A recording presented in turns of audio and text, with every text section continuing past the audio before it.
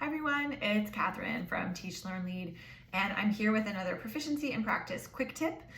This one focuses on how to write or how to think about structuring student learning outcomes. Often I see these goals written in one of three ways, and I want to walk through each of them. The first two ways that these student learning outcomes tend to be written, I would say, are ways that we want to start moving away from. Towards a structure that really emphasizes how students are using language to communicate. So let's take a look.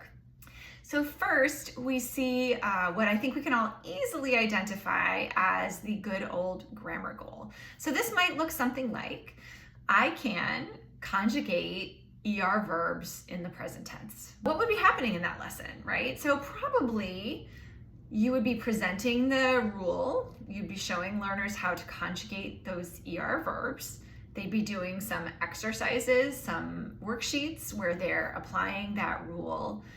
Maybe there'd be some speaking where they're using the rule to make sentences with the ER verbs, and so on.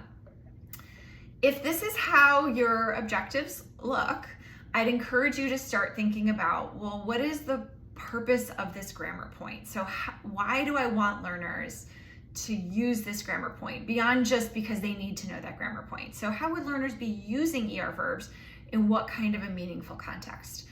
The second type of objective that we tend to see is what can be called an activity goal. So let's say, for example, we have an objective that says, I can participate in a discussion about Chinese New Year.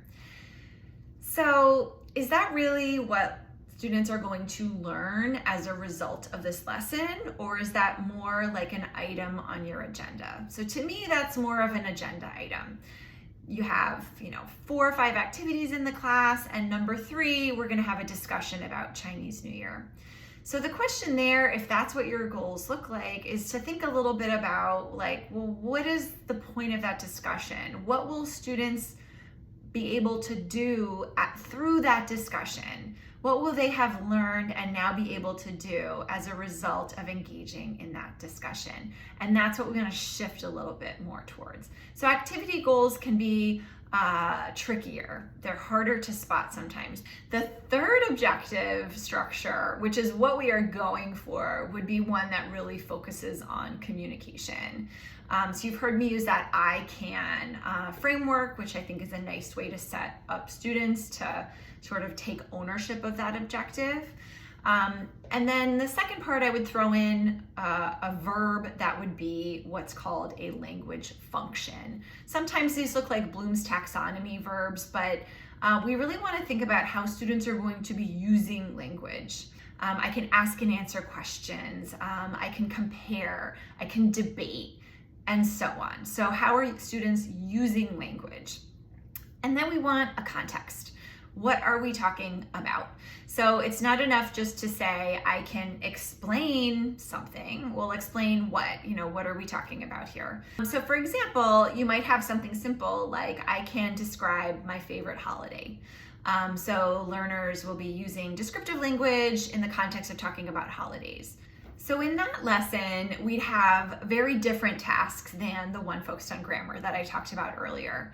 So if the goal is to have students be able to describe their favorite holiday, well, we might start with some interpretive tasks where they're reading about holidays. They're having an interpersonal discussion where they're talking about holidays, leading up to a very brief sort of formative check for learning in the presentational mode, for example, where they're writing a few descriptions of what their favorite holiday is and so on. So the shift there is they're using language for a purpose, which is to communicate. They're expressing something meaningful for them using language. And in a way that they maybe weren't really ready to do before the class. So you're trying to shift their knowledge forward. So take a close look at your objectives, look at other teachers, and try to critique them and maybe rephrase them a little bit to shift the emphasis to more using language for meaningful communication. Thanks for listening, everyone. See you next time.